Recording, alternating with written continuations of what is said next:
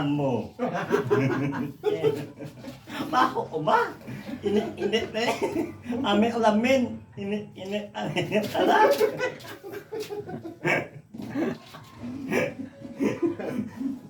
Nahilo ako doon ah. Boy. Ayan. Good morning guys.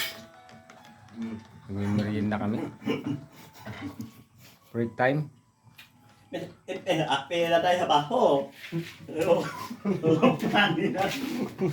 Kape guys at biko ang merienda namin. Ayan o. Malit.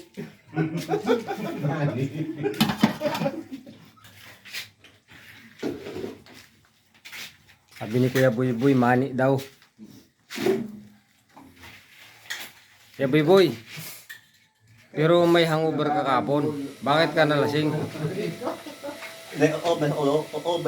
Yan o.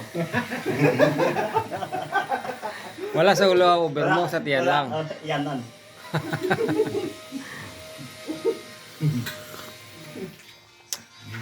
Morning guys. Break time tayo. Alam ba na tayo apim o yaw?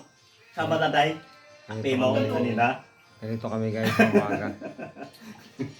Ano na? Tayo, Malayo trabaho. ang masalit na? Ngayon ang nangyari, Manny. Di na apim. Pero bitin ka pa talaga Kuya Buy Buy kagabi. Hindi mo na. Ayot na rin to. Pamundaw nito. Ayot na. Masama loob po, parang hindi mo matanggap na ayaw kitang payagan eh. Na magbili ka pa ng 2 buting Redors. Talagang hindi kumpleto na Kuya Buy Buy. Kapag walang banlaw ng Redors. Ayun guys. Pinupormahan ko siya. At binabakalan para buhusan. Yan yung pasamano ng water station. Ayan. Nagkakasin mo yun.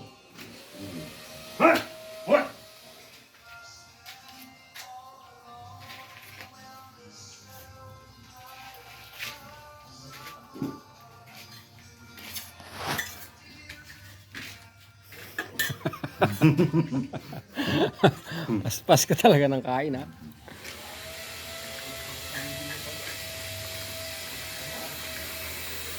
At yun guys, kung makikita nyo, pinapalinis ko.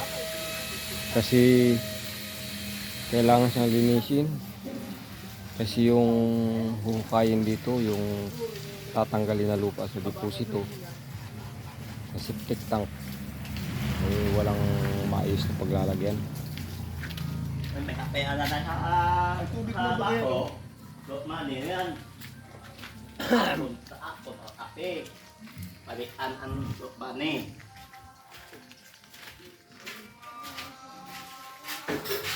Ito guys, ito yung magiging kwarto. Ayan, makikita nyo yung hambang ginamit ko nung Saturday. Ayan, pinipilis niya. So, bali tanggal lahat ito. Mga ka-workers, tatanggalin namin lahat yan. Pati itong CR na to, tatanggalin lahat yan at ililipat siya dito. Gagawa kami dito ng extension ng dirty kitchen. Dito siya mapapalagay. Dirty kitchen at yung harapan ay magiging Mani patyaw. extension din ng water station.